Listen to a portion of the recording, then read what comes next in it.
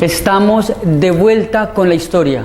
Este es nuestro tercer capítulo, conversando con Manuel Bedoya Holguín acerca de sus vivencias personales con Monseñor Gerardo Valencia Cano, de quien hemos venido hablando entonces en los últimos 2 programas y con quien cerramos este ciclo de conversaciones en torno a la vida, a la obra y a la memoria de Gerardo Valencia Cano, toda vez que los aportes que hizo a la sociedad de Buenaventura siguen vivos después de más de 40 años de haber viajado hacia las estrellas. Es un gusto continuar entonces con Manuel Bedoya, nuestro invitado, a estas conversaciones que no pretenden tener el alcance de carácter histórico, sino que son en todo caso vivencias personales, y esto es bueno subrayarlo para nuestros televidentes que han visto en otras ocasiones los otros capítulos y que han hecho referencias acerca de las precisiones que ha compartido con nosotros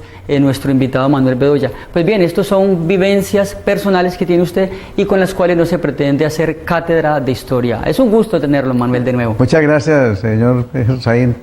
Y felicitaciones por estos programas y felicitaciones pues al equipo de apoyo, a todos ustedes que ponen ese granito de arena en beneficio de Buenaventura, porque contar la historia nos evita volver a repetirla. O sea que es necesario tener todos estos elementos, y gracias a la Universidad del Pacífico que ha dado este espacio, y esperamos que ese espacio se mantenga, porque es muy importante la difusión a través de estos medios de comunicación, porque la gente no tiene tiempo de llegar a los salones, a las grandes reuniones, ni a los grandes eventos, porque está viendo a ver cómo se consigue el día a día. En el Pacífico colombiano nos pasa así, y no podemos estar en todas las reuniones para informarnos, pero estos medios como el de la Universidad del Pacífico es extraordinario y realmente se merece felicitarlos y apoyarlos en todas partes, y ojalá que todas las instituciones que se vayan enterando de todo esto, los señores gerentes de las grandes empresas que existen aquí, apoyemos mucho estos medios de comunicación, porque va a beneficiar mucho a la niñez, a la juventud y a nosotros que ya estamos ya mayores de edad. Muchísimas gracias, Manuel.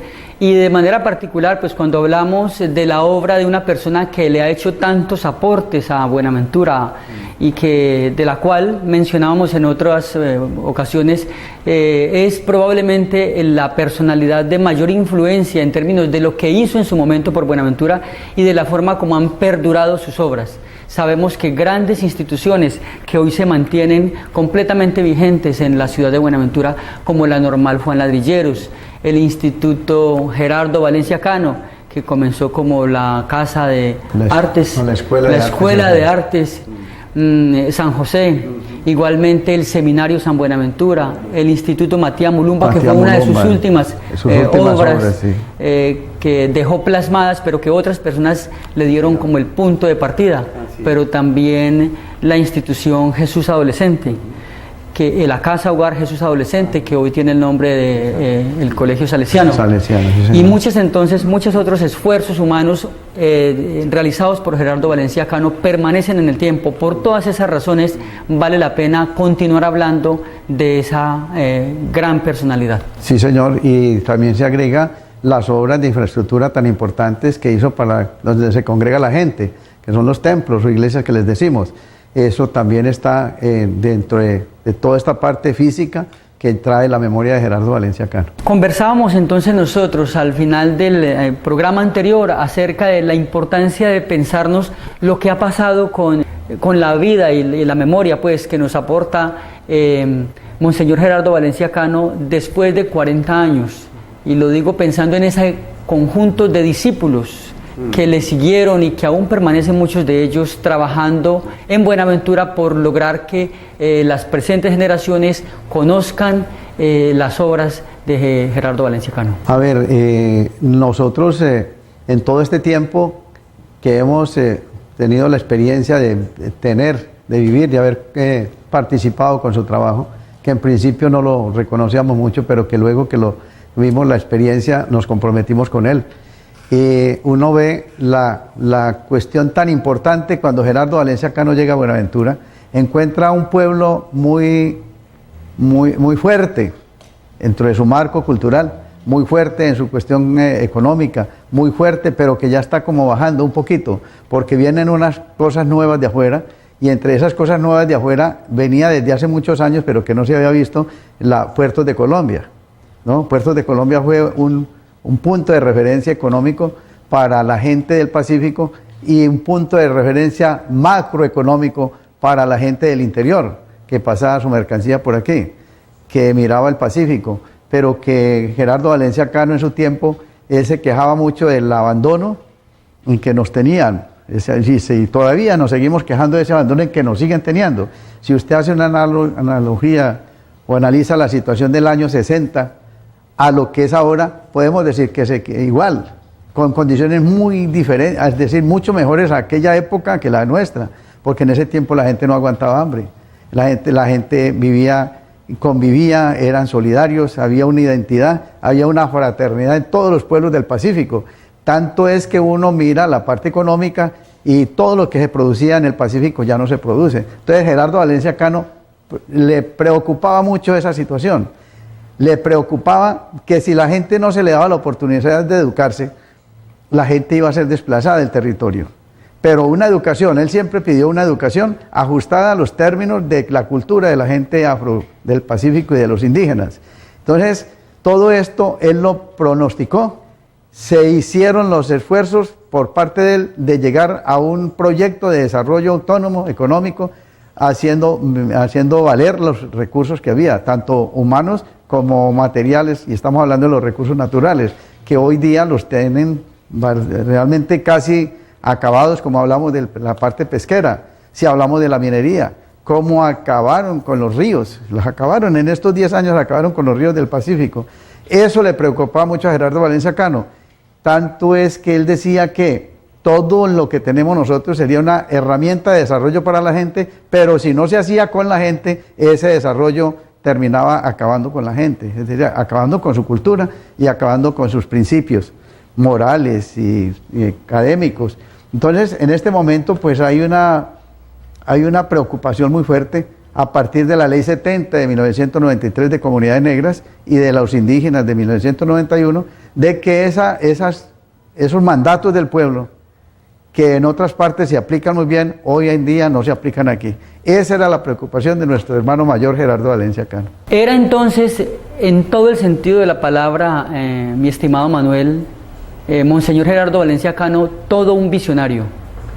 Y por eso el mérito de su obra no consiste solamente en el trabajo espiritual y religioso que realizó con las comunidades, sino en esa capacidad de asomarse a los tiempos futuros y hacer propuestas y anunciar como un buen profeta las posibles catástrofes que se vendrían si el pueblo no orientaba de la mejor manera sus caminos. Sí, así es. Inclusive Monseñor Gerardo Valencia Cano tuvo muchos enfrentamientos con la misma Iglesia Católica, porque la Iglesia Católica todavía no ha atendido, todavía hay problema con Francisco, Papa Francisco, hay problemas con él, porque la mayoría de los obispos y arzobispos no están de acuerdo con unos cambios que deben de darse ya inmediatamente, y si no la Iglesia no cumple con la función de la doctrina de Jesucristo. Entonces, ¿cuáles eran los enfrentamientos que él tenía? Que la parte de la Iglesia hablaba siempre de la parte espiritual, de la parte divina, pero la parte humana nunca lo tocó. La parte humana nunca la tocó, a no ser que se condoliera del señor mendigo que llegaba a pedir una limosna. Era lo único, pero en la parte ya académica, en la parte intelectual, en la parte espiritual, era solamente lo divino. La parte material es muy poco lo que tocaba la Iglesia Católica. Y ese monseñor pisó los callos de la Iglesia Católica en el Concilio Vaticano II, se vino y entonces terminaron diciéndole obispo rojo, obispo comunista, como lo trataron de hacer, porque su trabajo era precisamente la parte material, la parte humana, y la parte espiritual del hombre, que su esencia es espiritual, que su esencia es de una creación divina, pero que tiene que ver mucho con la parte material, o sea, la parte que tiene que ver con la alimentación, con la educación, con la formación de la gente, las familias. A él le preocupó mucho la familia, fuertemente, y él luchaba por eso, por la cuestión de la familia, unirla y mantenerla unida, porque la gente del Pacífico era modelo. Todavía hay unas partecitas en los ríos, aquí en la ciudad ya casi ha desaparecido, modelo de familia, modelo hasta la quinta generación. Inclusive todavía queda esa costumbre de la gente de decirle tío al mayor, porque ya en su conciencia tiene de que desde el abuelo hasta acá hace parte de esa herencia. Entonces Monseñor Valencia Cano tuvo ese problema con la Iglesia Católica por esos cambios que comenzaron a dar en esa encíclica del Concilio Vaticano II, que se llama, pues ahí está todavía escrita, claro que muy poco se aplica, la Rerum Novarum, que es la que en este momento pues el Papa Francisco trata de recoger. Precisamente podríamos entonces decir que era un líder espiritual que se preocupaba en el sentido más amplio por el bienestar del ser humano de manera integral. Entonces el componente físico y lo económico también le preocupaba. Y uno ve, maestro Manuel Bedoya, que pensó en los niños, pensó en la educación a través de la Normal Juan Ladrilleros, pensó en prolongar el trabajo espiritual con el Seminario San Buenaventura, pero pensó también en el aspecto material cuando habla o cuando piensa en la aldea Matía Mulumba, donde fue concebida no solamente como un lugar de paso, sino como un escenario donde los campesinos al llegar pudieran aprender o mantener, como sus actividades de la zona rural, un poco eso. Sí, la preocupación de él era esto. Él, como un buen estudioso de la parte humana, él entendió de que el Pacífico era una región donde hay pequeñas regiones. Entonces, por ejemplo, la cultura de la gente de Buenaventura no era la misma de Yurumangui, o de la del Naya, o de la de Tumaco, o la del Chocó, que tenían diferentes maneras de hablar y diferentes maneras de expresarse a través de la comida o a través de sus danzas. Uno va, por ejemplo, al Chocó, por el lado del Atrato, inclusive aquí en Vallasolano, y los sonidos y la música y los ritmos son muy diferentes a los de aquí. Allá le llamamos chirimía, que aquí la gente de aquí del Chocó tiene su costumbre, su chirimía, aquí le llamamos currulao, hasta arriba, hasta el río, el río Tapaje, ¿no? Hasta el Tapaje creo que es el límite allá con el Ecuador, el río Mira, con el Ecuador, allá en Candelillas. Entonces la gente tiene, esas expresiones él las tenía, entonces él recogía toda esa parte y cuando llegó Buenaventura a ser toda una especie de metrópolis, donde había gente de todas partes, él decía, la Universidad del Pacífico está en el Puente del Piñal. ¿Y por qué decía eso? Porque es que las sabidurías de cada uno de los ríos era muy diferente, aunque su identidad era la misma, la de afro, la de indígena. Los mestizos que estaban también allí, que se iban, o que nos vamos identificando y seguimos identificados con la región del Pacífico. Gerardo Valencia Cano lo preocupó mucho esa situación de la educación, y por eso todas estas instituciones que aún están, pues no están en la misma infraestructura, porque hoy día la infraestructura que era de la Normal, hoy es la diócesis de Buenaventura. La infraestructura que era de lo que logramos hacer en el SENA, por ejemplo, el SENA, donde queda el SENA, Gerardo Valencia Cano, empezamos con él a construir la Escuela de Artes y Oficios, que luego se llamó Escuela Industrial San José. Hoy la mitad de ese SENA la construimos nosotros con pala y pico, porque eso era mar hasta aquí, hasta la iglesia de Divino Niño, venía el mar hasta ahí, se fue rellenando y nosotros hicimos esa parte.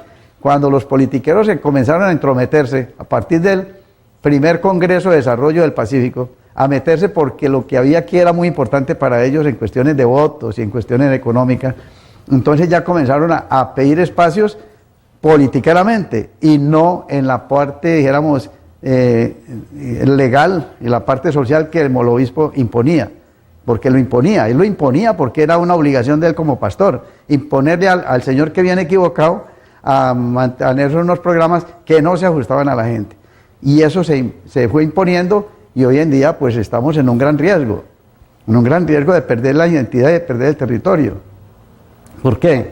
porque en la nueva modalidad de los megaproyectos, en la nueva modalidad de la tecnología, ¿no?, está la parte del populismo muy fuerte. En el mundo entero, la tecnología y lo que llamamos la parte virtual, eso se ha convertido en un espacio de populismo muy fuerte que va llevando a la gente a un egoísmo, a un individualismo, y entonces el que se va quedando es el que tiene los grandes medios de comunicación y los que tienen los grandes capitales. Y entonces en Buenaventura estamos viendo eso. Miramos nosotros, hablemos de Tesehuen, cómo desalojan a la gente sin reconocerle absolutamente nada, excepto un incentivo de una canoa y un motor para unos cuantos, pero la demás gente, vienen los megaproyectos, por ejemplo, de Puerto Solo, Agua Dulce, el Delta del Dagua, y vean a ver las propuestas que la gente ha hecho frente a eso, no se tienen en cuenta, y se han hecho grandes foros. Aquí el proceso de comunidades negras ha hecho grandes foros, y un foro importantísimo que se mantiene es el foro que se hizo en Perico Negro en el año 91, allá en el Cauca, por ahí por el lado de Santander de Quilichao, ese foro donde se recogieron todas las ideas con base a esos principios de Gerardo Valencia Cano, ¿no? Ese foro no se ha desaparecido, pero no se pone en práctica. Y hoy la lucha de la gente de los que tenemos conciencia de las necesidades del territorio, ir concientizando a los grandes inversionistas. Entonces los grandes inversionistas que han llegado son gente de aquí.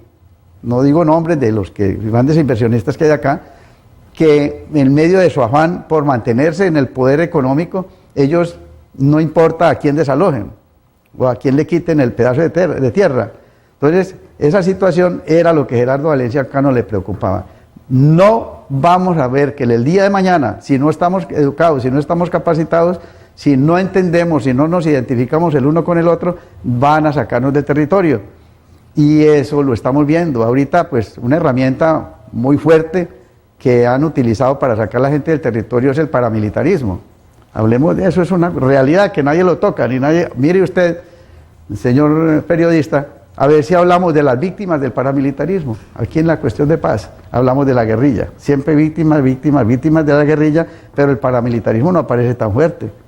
No aparece, usted lo ve, y yo hice un reclamo allá en un encuentro que hubo en Bogotá, de que, bueno, aquí hablamos de las víctimas de la guerrilla, y dónde están los paramilitares, que han sido más fuertes y más duros que la guerrilla en la cuestión de masacres, de picar la gente, de partirlos con motosierra. Entonces, Gerardo Valencia Cano, en su preocupación como responsable de una sociedad, porque él era de todo el Pacífico, junto con los obispos de Guapi, de Tumaco y del Chocó, eran los responsables. Él luchaba por esa parte, porque él, muy bien, la parte espiritual es muy importante, pero la parte humana hay que tocarla, porque en el día de mañana seremos los miserables, seremos los mendigos, o seremos los esclavos de un modelo de desarrollo que no se ajusta a nuestra gente, y eso lo estamos viendo hoy. Miremos la calidad de educación que tenemos, fuerte, somos los últimos en puntaje.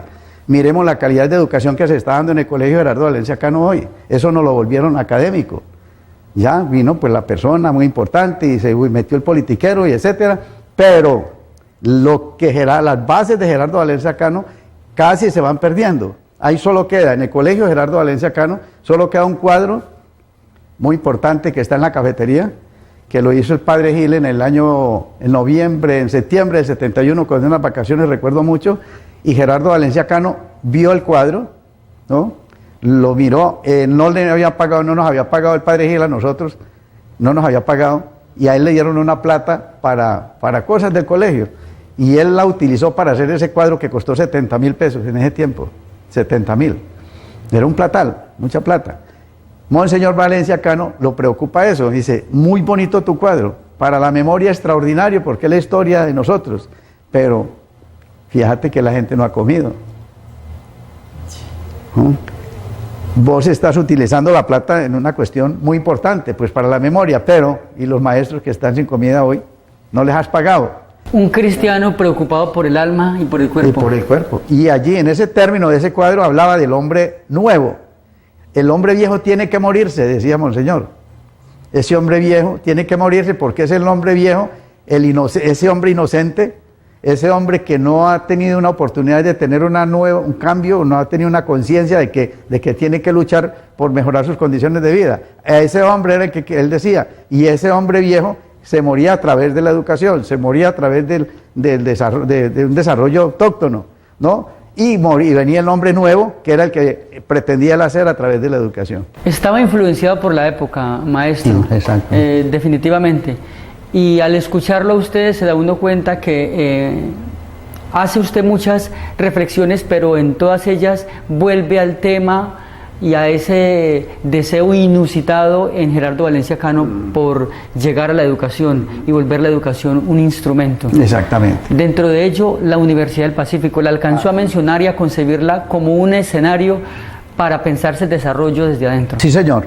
Precisamente dentro de ese marco de la educación, él hablaba de la urgente necesidad de que los hombres del Pacífico tuvieran la autonomía científica y técnica para manejar sus recursos, para manejar la parte del puerto, porque el puerto, como le dije al principio, se volvió un punto de referencia muy fuerte económico, pero en medio de la ignorancia.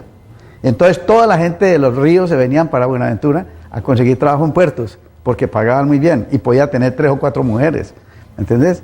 Entonces a Monseñor le preocupaba mucho eso, y eso esa forma de trabajar la gente aquí lo alimentaban desde el interior. Le pago muy bien, pero lo mantengo allí embrutecido todo el tiempo y sigo sacándole billete. O sea que Buenaventura fue una mina, un socavón de mina, desde 1902 que se creó Puertos, que fue desarrollando, hasta el año 90 que lo privatizan. Y lo privatizan y se convierte en una peor herramienta de destrucción, podríamos llamar así, de la parte humana, porque hoy día los muchachos hoy son súper explotados en puertos. ¿No? Esa parte de la maquila, esa parte de la tercerización, esa parte, todo eso lo visionaba Gerardo Valencia Cano en ese tiempo, porque él, muy estudioso, estudió en colegios muy importantes, estuvo en Roma, estuvo estudiando su filosofía y su teología, su antropología. Él era un sabio, era un milagro, ese tipo por donde andaba, era un milagro por donde iba caminando, porque trataba de resolver todo. Y él miraba qué podía hacer y se rodeaba de equipo de la salud, de la educación. Estamos viendo, por ejemplo, el doctor Emiro Gonzalo Espaz fue un soporte extraordinario en la cuestión de la salud, ¿no? Y en la educación fue muy importante la parte del folclore, y él se soportaba mucho en Margarita Hurtado, en Dama Panchano, Lucrecia de Panchano, que todavía vive, que era la amiga personal. Por la mañanita ella lo llamaba, llegaba al trabajo y le pegaba una llamada a Monseñor, porque ella hacía las poesías y se identificaba con él y sus preocupaciones, porque ella siempre oía la radio Buenaventura, que pues ha sido un soporte muy importante de información, y se soportaba en la gente como Teófilo R. Potes, con su folclore, que Teófilo R. Potes no era un académico, era un tipo que se formó de autonomía propia, autodidacta, pero era un sabio. Había las cuestiones y inclusive él, Teófilo R. Potes, decía, hombre, a mí me preocupa mucho mis hermanos negros, porque no entienden qué es ser negro, ni entienden qué es ser persona, ni entienden qué es servirle al otro. A él le preocupaba mucho eso. Entonces, Monseñor Gerardo Valencia Cano, en esa parte de la educación fue muy claro, y estamos esperando que esta Universidad del Pacífico, que fue creada en la mente de Gerardo Valencia Cano, y luego se recogió en un colectivo muy importante desde el año 80 para acá, y luego ese colectivo lo hizo efectivo hasta el año 89 y 88 que se creó la ley, y que luego un hombre como Omar Barona, que hay que denunciarlo aquí, ¿no? Logró que como diputado, no sé qué era allá, allá en el Congreso de la República, representante a la Cámara. Yo recuerdo cuando él ya tenía la ley, cómo mantenía en Bogotá tramitando, que luego vino y el régimen no lo dejó salir y terminó involucrado en ese régimen politiqueramente, eso hay que decirlo, ¿no? Terminó involucrado ahí, y afortunadamente la universidad prevalece y siguen dándole garrote a la universidad, y necesitamos gente que tenga conciencia de como un Gerardo Valencia Cano, como un negro del Pacífico, que se identifique con su gente para que haga respetar estos principios. Ustedes aquí tienen una veo que hay unas dificultades tecnológicas. La Universidad del Pacífico debiera tener lo máximo en cuestiones de comunicación de televisión, debiera tenerlo. No tenían que estar buscando a ver dónde hay una lamparita o dónde hay un micrófono. No, debieran de tener su repuesto y tener su equipo de trabajo de campo y su equipo de trabajo local aquí dentro de este escenario donde estamos hoy, tan importante. Para nosotros es muy importante y la gente va entendiendo, y este programa lo están viendo, lo ven afuera, en el exterior, porque me ha llamado gente de afuera a decirme que en los programas que han pasado ustedes me han visto, amigos que tengo en el exterior, ¿no? Que me lo bajan por internet y ven el programa.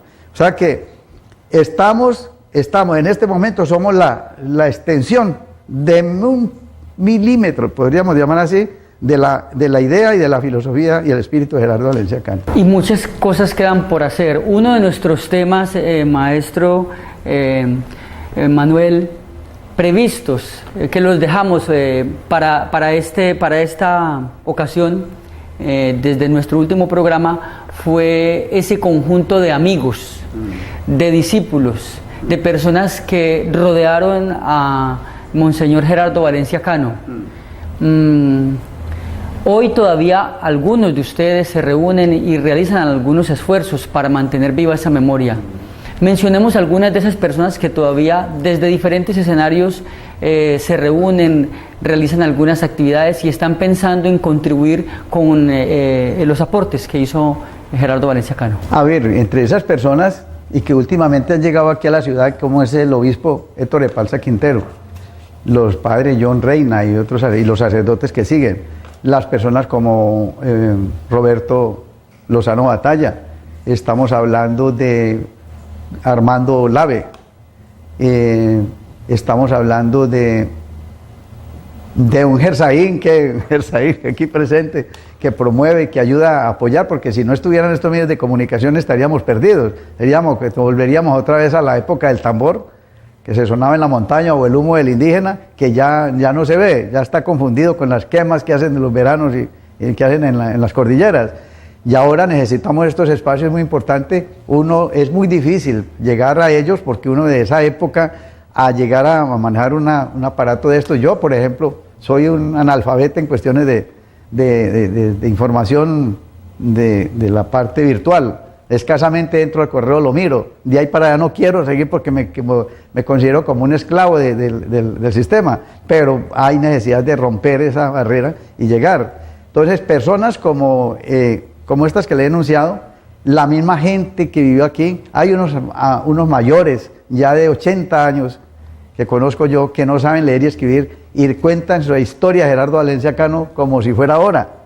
Hay varias personas, y los que estamos en ese equipo ahora, que se retoma la memoria de Gerardo Valencia Cano, él ya ha estado siempre, pero ahora empezamos, es un compromiso, y es una obligación de mantener esa memoria, porque es lo que dijéramos, pues el puntal, es la columna, esa filosofía de Gerardo Valencia Cano es la columna para una revolución en el Pacífico colombiano. Si no hay esa columna de Gerardo Valencia Cano, todo el mundo váyase para afuera, porque nos convertimos en un socavón de mina. Y usted sabe que donde hay minas no hay sino pobreza, y solamente alrededor de esas minas. No queremos ser socavón de mina. Y los señores que vienen a hacer inversiones, hablábamos antier, el día domingo, todo el día estuvimos en Confamar hablando de Puerto Solo. Y yo le decía a Óscar Izaza, que es mi amigo, usted tiene un compromiso, Óscar, con Buenaventura, porque usted se hizo aquí, su familia es de aquí. Necesitamos contrarrestar darle un incentivo a la gente que vive allí al lado de Puerto Solo, que queda entre Tesegüén y Punta del Este. Son 150 hectáreas de mangle que se van a cortar allí para poner una gran empresa energética. Nos parece extraordinario, pero ¿qué hacemos con las 50 piangüeras que toda la vida han vivido de esa piangüita que cogen ahí? ¿Qué hacemos con los 60 familias de pescadores que allí soportan su canoa y que allí viven y que mantienen, recogen 2 o 3 kilos de pescado diario? Ese es el sustento diario, porque la vida no les da otra oportunidad, porque el régimen no les da otra oportunidad, porque en cuestiones de pesca y en cuestiones de protección de los recursos naturales aquí es cero. aquí está Inbemar, está yo no sé quién, la CBC, todo el mundo, a nadie le interesa, excepto la parte política y la parte económica, pero afuera, no dentro del socavón de mina, donde tenemos el oro, donde tenemos la mina. Entonces yo le decía a Óscar, mire Óscar, aquí se requiere urgentemente, además de este incentivo que usted está dando como empresa, ¿no? Que está dando unos incentivos de canoa y motor para los pescadores y a las mujeres piangüeras también, y mirar eso. Esto requiere de una consulta previa en el marco de la Ley 70 de Comunidades Negras, ¿no? Y esto lo venimos retomando desde hace más de 50 años, Óscar. Estamos pidiendo ese derecho de la gente aquí. Y entonces dijo el abogado, dijo, no, la consulta previa no va aquí, porque es que esto es eminentemente urbano y está dentro de un plan de desarrollo urbano. Y entonces le dije, señor abogado, usted desconoce el auto 005 que la Corte Constitucional ordena al gobierno nacional que donde haya afros e indígenas hay que hacer consulta previa. Por lo tanto, exigimos que eso se haga. Esperamos que después de esta charla ya no quedaron muy contentos porque ellos pensaban que ya se iba a firmar y que ya la licencia ambiental. Y la licencia ambiental la dan en el marco de una consulta previa. Y en este momento están manejando un poco de proyectos, como el canal de acceso, como la parte que tiene que ver con la cuestión de los proyectos que están formulando en el Delta del Dagua, en el Mallorquín, donde va a quedar el terminal de petróleos, ¿no? Que viene desde el Putumayo.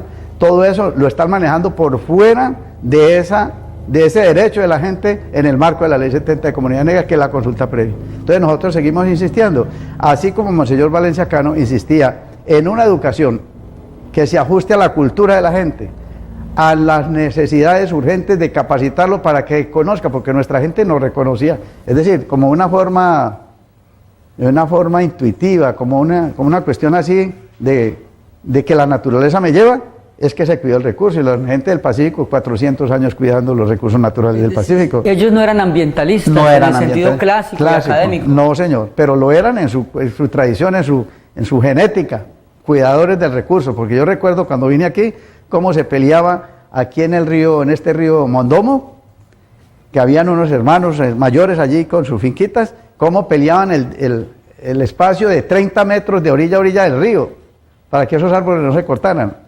Y eso hace 50 años.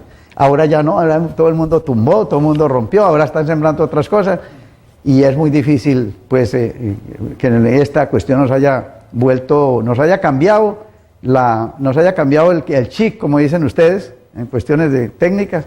Entonces retomamos esos principios de la gente, de las personas que hoy estamos luchando porque Gerardo Valencia Cano se mantenga en la memoria de nosotros. Hay mucha gente, las monjitas, las monjas de todos estos colegios tratan de hacer, los maestros algunos están en esa memoria. Infortunadamente al maestro lo encajonaron en una cuestión de un escalafón, y es que si usted no estudia todo el año, a usted no lo subimos de escalafón.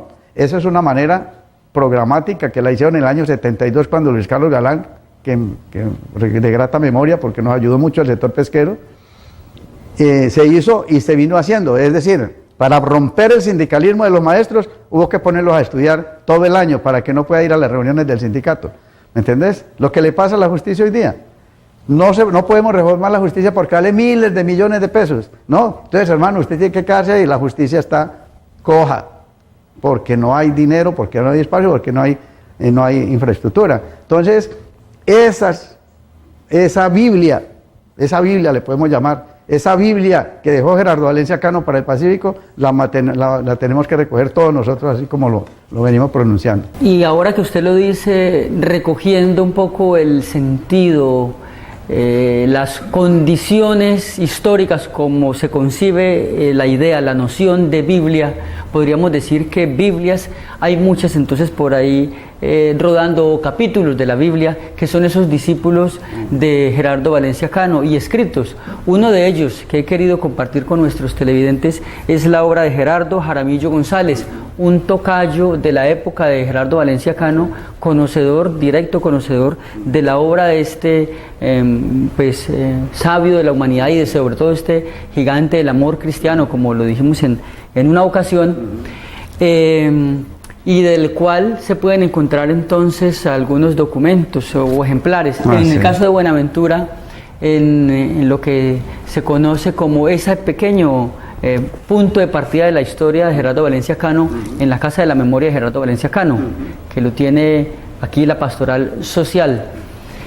Dentro de ese grupo, maestro, ¿qué conoce usted? ¿Qué se está haciendo para contribuir o facilitar que la gente acceda a esos documentos? Bueno, ese grupo está haciendo en este momento. En primer lugar, como usted lo sabe y ha sido uno de los gestores importantes, un grupo muy importante de retomar la memoria, ¿no? Para hacer el centro de documentación de Buenaventura.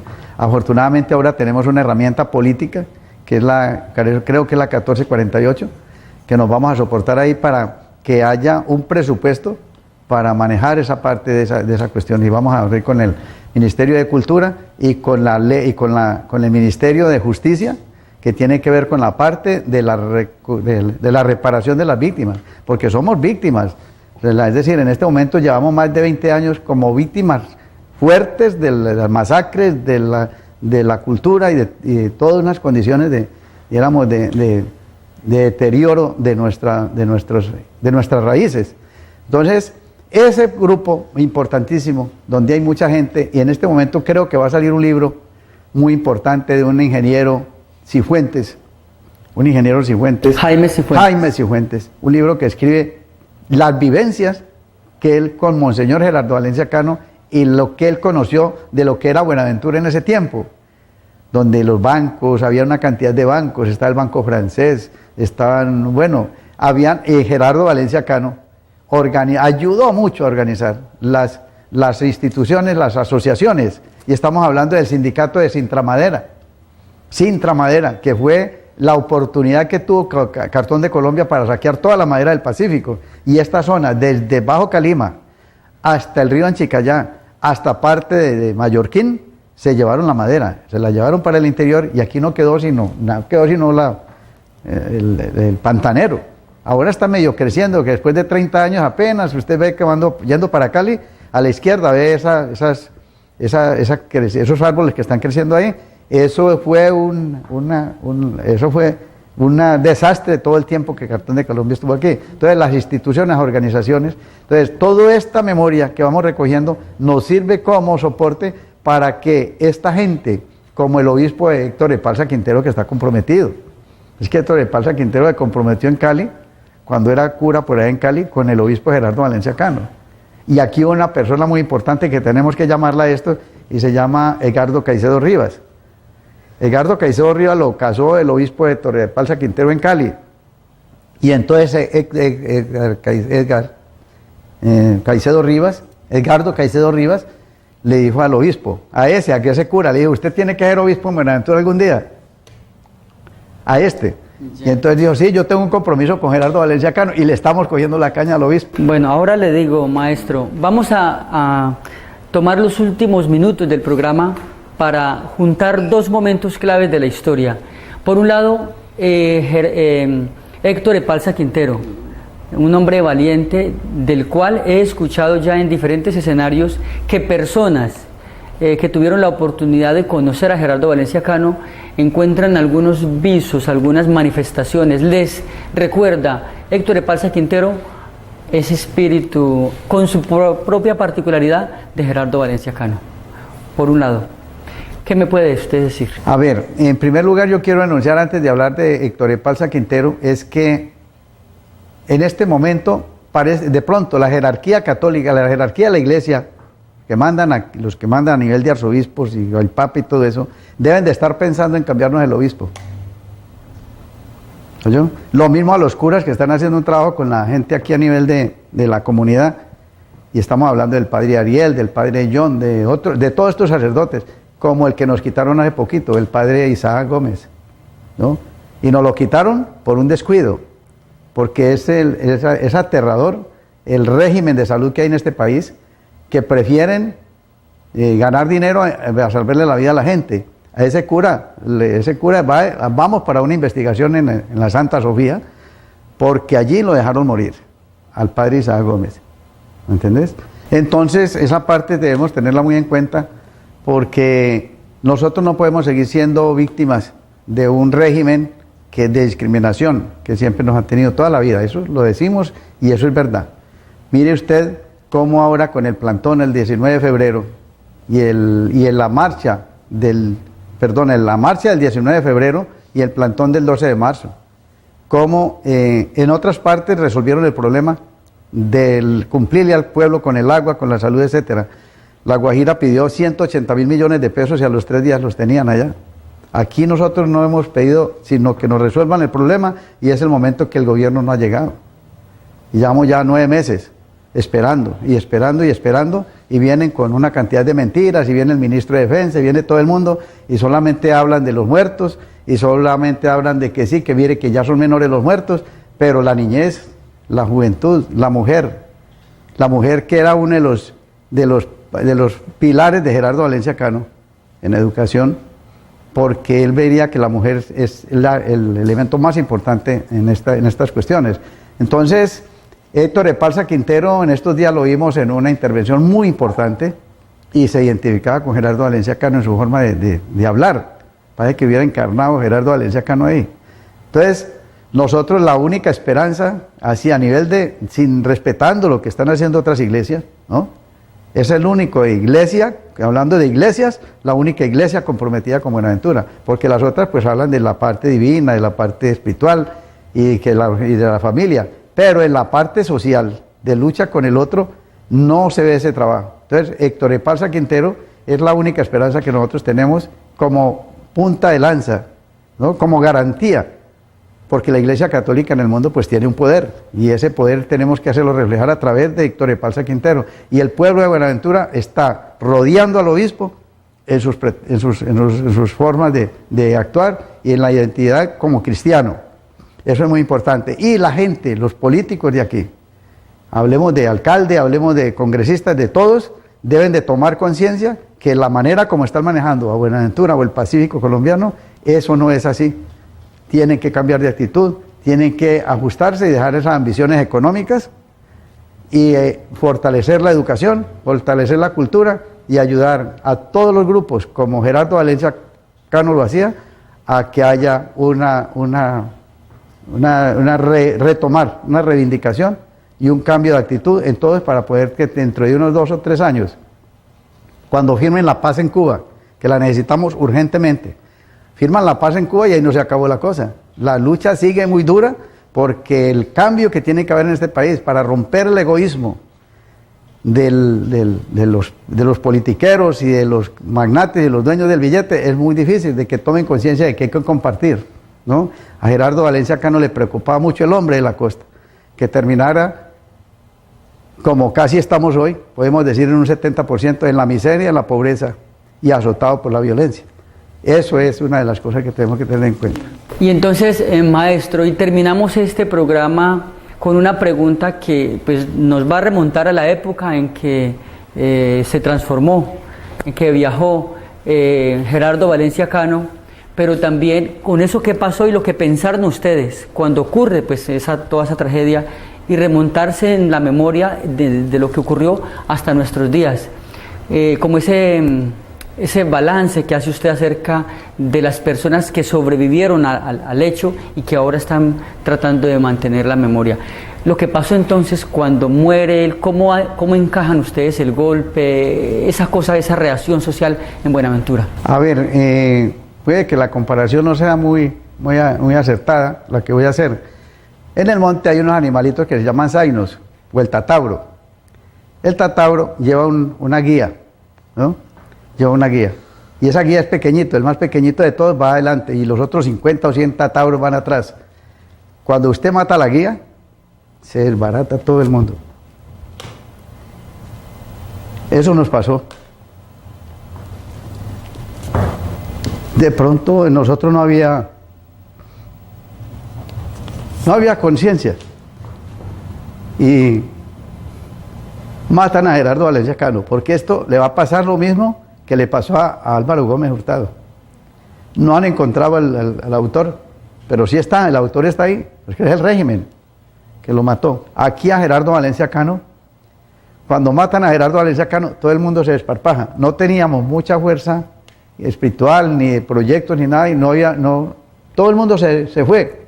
Los curas renunciaron, muchos sacerdotes renunciaron, no aguantaron el golpe. Otros que sí creyeron que con la parte económica podían salir adelante. Hay unos que vivos, tienen sus almacenes aquí. Dejaron de ser sacerdotes, volvieron padres de familia, pero mantienen la memoria y quieren estar ahí. Yo los invito a que retomemos esa cuestión de Gerardo Valencia Cano y que no les pase lo que le pasa a los tatauros cuando le matan su guía. Bueno, maestro, y hoy está usted y están otras personas que mantienen esa memoria, que uno los encuentra con un gran conocimiento de Gerardo Valencia Cano y una especie de despertar, quizás la presencia de Héctor Epalza Quintero y manifestaciones sociales que animan un poco los espíritus. Con esto terminamos nuestro programa. ¿Qué sigue entonces para usted y para ese grupo de personas que le conocieron? ¿Qué cree usted que viene ahora en los próximos años? Y a usted muchísimas gracias por habernos acompañado. Cuando digo que cree usted que sigue, en torno pues a la memoria y a la obra de Gerardo Valencia Cano. A ver, lo que sigue en este momento es recoger todas las inquietudes que hay de la gente. En este momento tenemos nosotros por ahí ese libro que usted presenta ahí tan importante, hay que retomarlo. Algunos escritores que están escribiendo la memoria. Hay un libro que se llama La Reconquista del Pacífico. Y invitamos a la gente que lea ese libro, a todos que paguen. Eso no vale 26.000 pesos el librito, pero es una joya para la situación que venimos viviendo a partir de 10 años para acá. Extraordinario. Y lo otro, lo que sigue es mucha voluntad de trabajo, mantenerlos a ustedes con ese espíritu de colaboración, porque realmente se caracterizan este equipo de Yubarta en la voluntad de trabajo, en cómo se integran, cómo tienen su tolerancia para soportar cada uno desde su punto de vista técnico, cómo se trabaja en equipo sin que el sistema se desbarate por culpa mía. Eso es lo que sigue en este momento. Y lo que sigue más es seguir seguir el camino que como garantía nos marca Héctor Epalza Quintero, seguir todas las sabidurías de todos nuestros antepasados, y estamos hablando de Mercedes Montaño, de Margarita Hurtado, estamos hablando de Teófilo R. Poti, y los que estamos vivos. Aquí hay gente muy importante en el folclore, gente muy importante en la política. Hablemos de Hernán Rodríguez, hablemos de nuestro amigo que se volvió un personaje muy importante, se llama Luis Sánchez. Los otros, Pepitas, las emisoras, los comunicadores, los periodistas que hoy están muy contaminados la mayoría de ellos, perdónenme ustedes que están aquí, la mayoría de ellos contaminados por el régimen, porque pues realmente la subsistencia es tremenda, pero tenemos que retomar todo y hacer un análisis fuerte. Y sigue eso, y quiero hacer una notica bien importante. Gerardo Jaramillo, el que escribió ese libro, me casó a mí. El 7 de septiembre de 1964, aquí en Buenaventura. Entonces el tipo se retiró, no sé por qué causa, pero se volvió un tipo muy importante, tomando la memoria de Gerardo Valencia Cano. Para él es muy importante y para nosotros también. Maestro Manuel Bedoya, en una demostración para nuestro público de lo abierto, de lo profundamente humano que fue Gerardo Valencia Cano, de lo tolerante de todas las formas de pensamiento, quiero compartir para nuestros televidentes, ya en el final del programa, en una carta que presenta Gerardo Jaramillo González, el autor de este libro que fue escrito muy poco tiempo después de haber muerto Gerardo Valencia Cano, donde muestra una carta escrita por el intelectual de la época, el poeta nadaísta Gonzalo Arango. Como todos sabemos, se supone que los nadaístas son ateos y rebeldes contra la iglesia. Pues bien, Gonzalo Arango escribió en su momento una carta que la dirigió a Gerardo Valencia Cano después de haber compartido con él 5 días en la selva, y tiene fragmentos muy hermosos. Entonces yo quiero compartir algunos de ellos o uno de ellos para mostrar un poco esa sintonía de una persona que se conocía como atea en ese contacto con Gerardo Valencia Cano. Dice: yo soy de este reino, monseñor. Yo no venderé mi alma al demonio del dinero y el poder. Allá todo es pobreza, menos el hombre. Aquí todo es progreso, menos el hombre. Soy de esa raza con toda mi alma, de la raza que fabrica música con tarros de latas, que arranca melodías al corazón de la madera, que baila bajo las estrellas en un éxtasis de adoración, que ama todo religiosamente, que no sabe rezar Padre Nuestros, pero en cambio bendice al universo. Su instinto es un lenguaje espiritual, la blancura inmaculada de sus corazones negros. La blancura inmaculada de sus corazones negros. Este es un pasaje que comparte de la carta de Gonzalo Arango en esta obra que recuerda la memoria de Gerardo Valencia Cano, mostrando esa sintonía de dos personas que fueron unidos por ese amor de Gerardo Valencia Cano. Con esto entonces queremos terminar nuestro programa. Muchas Maestro, gracias. ¿qué le parece? Muy bien, extraordinario. Es el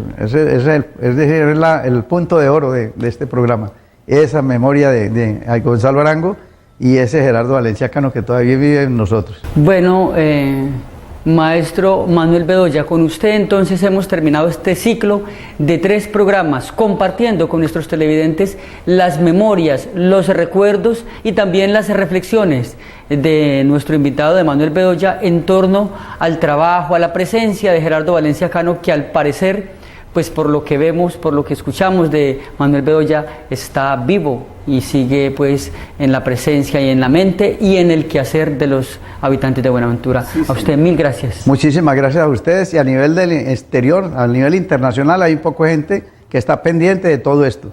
Hay artistas famosos, que ya son muy famosos en el baile, en el canto, en la poesía y en la parte técnica, en la arquitectura, famosos que están pendientes de ayudar a sacar a Buenaventura adelante. Muchas gracias. A nuestros televidentes igual les agradecemos por habernos acompañado y les invitamos a continuar con la programación de Yubarta Televisión.